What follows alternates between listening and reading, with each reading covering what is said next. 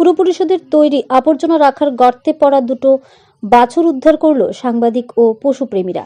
জানা যায়, মাসখানেক পূর্বে এলাকার বাড়িঘর থেকে সংগ্রহ করা আবর্জনা রাখার জন্য পোস্ট অফিস রোডে পুরাতন যুব বিষয়ক ও ক্রীড়া দপ্তরের অফিস গৃহের পেছনে বড় বড় 3টি গর্ত করা হয়েছিল। সেই গর্তে সংগ্রহিত আবর্জনা রাখা হয়। আজ দুপুরে স্থানীয় এক যুবকের নজরে পড়ে দুটি বাছুর সেই গর্তে পড়ে রয়েছে এবং তাদের পেট ফুলে আছে।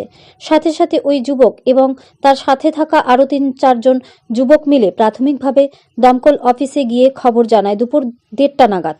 দমকল অফিস থেকে বলে দেওয়া হয় তাদের স্টাফ কম, তাছাড়া এই কাজটি উনাদের নয়, পুর পরিষদের কাজ।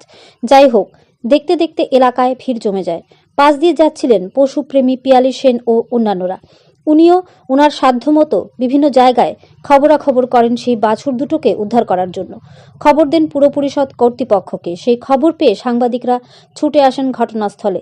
দমকল কর্মী এবং পুর পরিষদের কর্মীরা না আসার পরে থাকা দুটো বাছুরের অবস্থা খারাপ দেখে উপস্থিত পশুপ্রেমী ও সাংবাদিকরা হাত লাগান উদ্ধার কার্যে।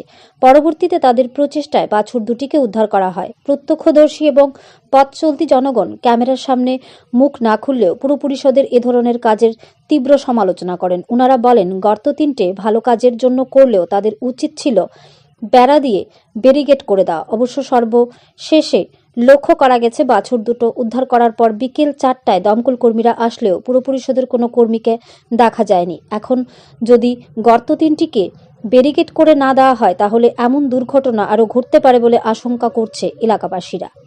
ধর্মনগর থেকে নিজস্ব প্রতিনিধির রিপোর্ট। আরই ধর্মনগর। দুপুরবেলা আমি এসেছিলাম, তো গরু দেখলাম এখানে পড়ে রয়েছে। তো আমার সাথে আরো 3-4 জন ছেলে ছিল, ওদেরকে নিয়ে আমি ফায়ার সার্ভিস অফিসে গিয়েছিলাম। যাওয়ার পরে ওদেরকে বললাম যে এই বিষয়ে প্রবলেম হয়েছে, গরু দুটো পড়ে রয়েছে, একটু দিয়ে দিই। তখন ওনারা বললো যে ওনাদের স্টাফও কম আছে আর এই কাজটা ওনাদের না, নগর পঞ্চায়েতের দায়িত্বে। আর এই এলাকাটা কোনটা? এটা এটা ধর্মনগর বিবিএস স্কুলের পিছনে পোস্ট অফিস রোড।